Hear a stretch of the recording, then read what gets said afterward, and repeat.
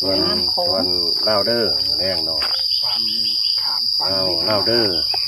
อมือแรงนี่ก็จะมี3 ตัว2 ตัวคือเก่า เล่าเด้อขอตอนไหนครับพี่ ตอนเช้าก่อนออกบิณฑบาตมือเช้านี่ส่วนเล่าเด้อก็มีเลขวิ่งเลขรูดให้น้ำว่ามี86นี่เล่าออกได้พอได้ออกดีพร้อม86แต่ไทยนี่ยากส่วนเล่า ใจเล่าไม่นี่ที่ลงเรียน แมน เล่าเด้อเมื่อนี้มีตัวใดแน่เด็ดขันที เด็ดนี่คือวิ่งบ่จ้ะ แมนวิ่งรูด วิ่งรูดไปที่6เพราะว่ามี6 บน 6 ล่าง6 บน 6 ล่าง เหมือนวันศุกร์นั่นเขาว่าครับหลวงพี่ บ่เข้าบ่นะ รุดเนาะ แม่ เขา น วิ่งสอง วันศุกร์รุดเล่าเด้อลงที เขาตะเลกวิ่ง เป็นออกไปแปลก็ตามกับพ่อท่านเราเล็กเล่ามาได้ ตามพระท่าน กูคนสีงงเงื่อนนะกูมืออะไรก็ได้มันออกดูหดออกดูแล้วก็ออกไปแปลก เป็นเที่ยวเมียเที่ยวซุมือ เพิ่นก็สิบอกกันโอ้ยบอกไปรวดให้ไปรวดเราเดินตัวใดสิว่าดีนะ พอแล้วอ่ะ ก็เร็วๆมันกูรำคาญเงื่อนนี่เนาะ บอกแล้วก็แล้วบ่ อันที่เท่าไหร่บ่ 25 จ้ะ อ่า น้องเพิ่นให้มาตัวนั้นก็ว่าไปตัวนั้นจักสิว่าจังไดแล้วก็ข้อเนาะ ครับพุทธภา ครับ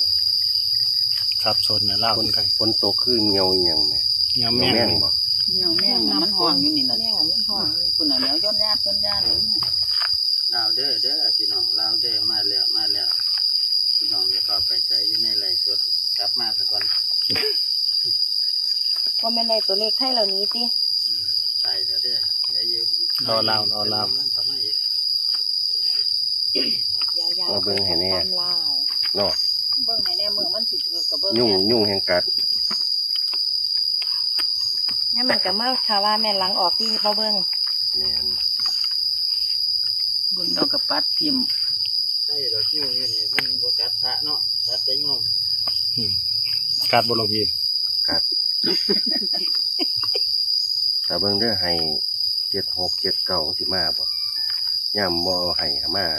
มาวันซุมื้อ ช่วงหลวงพี่งดมากมือ แม่น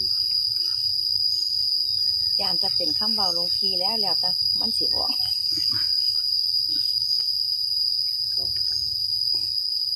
มันออกกูมืออะไรก็เลี้ยวแต่มันสิออกทุกวัน คือสิหลายเด้เนาะมื้อนี้ มันมี6 มันมี6 บน 6 ล่างเนาะ มันมี6มันเลยมี9 597มื้อนี้ กล้ามาบ่ติ มาที วิ่ง วิ่งเจ็ดเอาวิ่ง6ป่ะโอ้ นี่ก็สิวิ่ง7 เด็กติดเก่าหลวงพี่มัน 6บน เพราะว่า 6ล่าง เจ็ดนี่วันออกซุมื้ออีสิ7 ผู้ใดเล่นวิ่ง7บ่ขาดทุน แม่น ติดกูมือ ออกแปลกๆความเลขเล่าซุมื้อ ปีนี้เงินทั้งนี้วัน นี่ล่ะส่วนเล่า68มาได้ก็8มาได้68นี่มาได้เล่ามาดีพร้อม